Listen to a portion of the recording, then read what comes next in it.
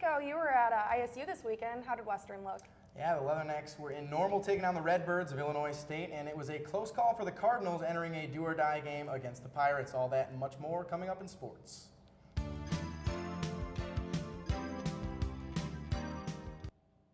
Coming off of a win in their first Missouri Valley Conference game, Leatherneck football headed to Illinois State, looking to pick up their first road win of the season. It was a defensive battle early, and the game was scoreless until the second quarter, which is exactly where we're going to go right now. Jump into the highlights. Illinois State, quick slant to Chick Chatham. They got on the scoreboard first in the second, and second quarter was all Redbirds beating up the Leathernecks, getting this touchdown run by Marshawn Kopperich, one of his 3 touchdown runs. But Western Illinois, I actually got goosebumps in the press box watching how pumped up they were coming out for the start of the third quarter.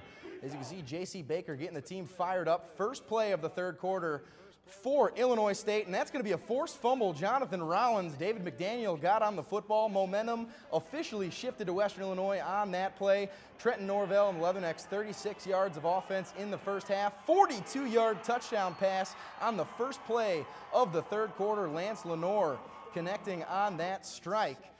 But the Redbirds did march right back down the field to answer with another Marshawn Kopperich touchdown run. 21-7 was the lead right there. Trenton Norvell to Joey Borsellino for the third straight week. He cut into that lead again, 21-14 now. ISU lead. Western sending the house on the punt, and it's David McDaniel getting in there. J.C. Baker recovered that punt. Western great field position, and Trenton Norvell, the second half, continued the hot streak, finding Lance Lenore once again. We are all tied up at 21 in this football game. Fourth quarter, 4th and 19 to be exact. 3.5 minutes left. Trenton Norvell rolling out. Looks like this is a first down for Western Illinois, but the official says the ball hit the ground before Borsellino caught it. We're going to take a look at this one more time in slow motion. We're going to have a freeze frame right there. Looks like the arm is under the football. You're going to have to judge that for yourself. That was the deciding play in the game, though, as Western eventually fell 35-21 in that ball game. Leatherneck basketball hosted its media day this afternoon with a lot of key players from last season. Some of the athletes told us what to expect from the new squad.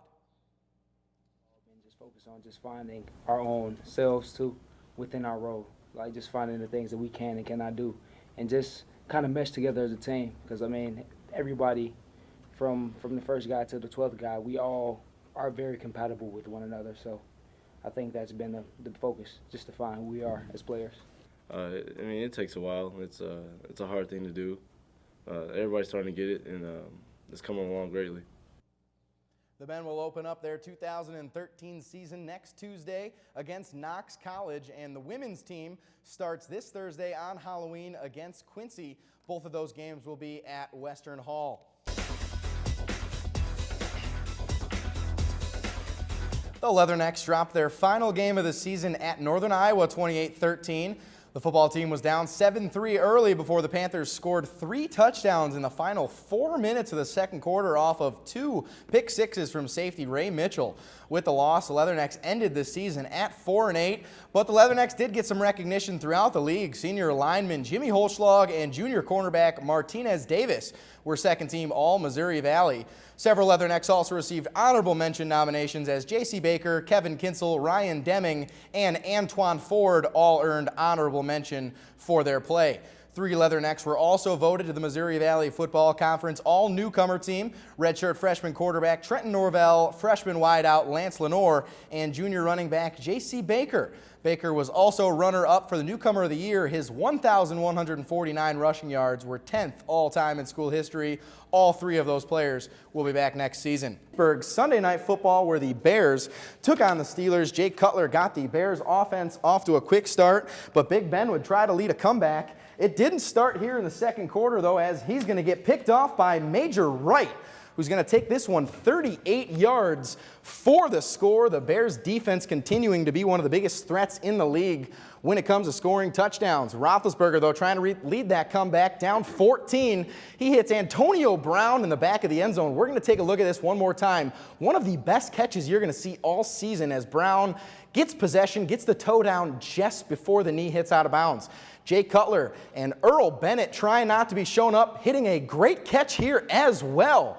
As we're going to take one more look at that, a pair of top 10 catches as Bennett just drags the toe.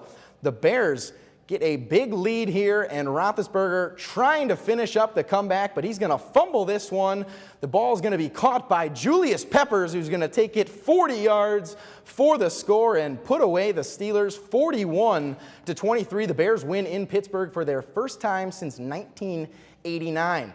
The Rams will host the 49ers at home on Thursday Night Football this week, while the Bears travel to Detroit for a divisional game with the Lions on Sunday. You know, Bears 3-0, a lot of question marks heading into the season, but they're off to a very good start. Yeah, they are. I watched that one. It was crazy exciting. Oh, dominant victory again. Definitely.